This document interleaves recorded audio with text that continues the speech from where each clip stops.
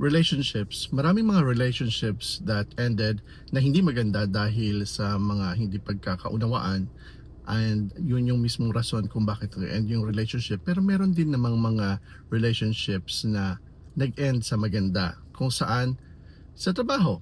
For example, nakahanap ka ng ibang trabaho and you had to end the relationship of your current job para makamove on ka doon sa mas magandang trabaho, mas magandang benefits, and of course with your good standing sa opisina or kung ano man, with your good relationship with your colleagues, especially sa mga bosses mo, you get to move yourself out na maganda yung impression sa iyo, and they will actually celebrate it as well, congratulating you for having been able to find a new job and a new life, probably a new position, a bigger position.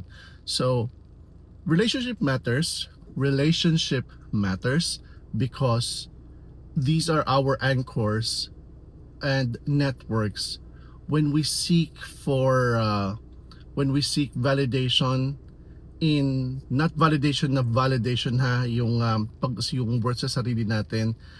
Ibang klaseng validation yon, at saka ito naman, it's also, let's say similar ang validation na yon, but maganda na may ganyan kang standing sa buhay dahil pag maayos yung pagkagawa mo ng trabaho mo, and the people around you whom you are working with, mag-a-admire sila sa iyo, maganda yung standing nila sa iyo because you do your job well.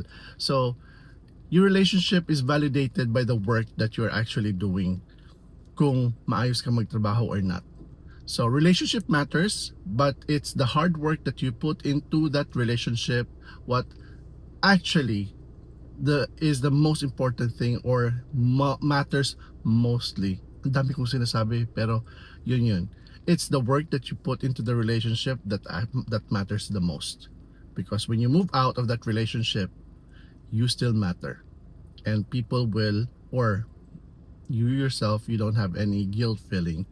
And people around you will praise you and will be thankful na nakasama ka nila. Ang dami ko na naman sinasabi. Stay cool, stay safe, stay blessed, and peace. Amping mo.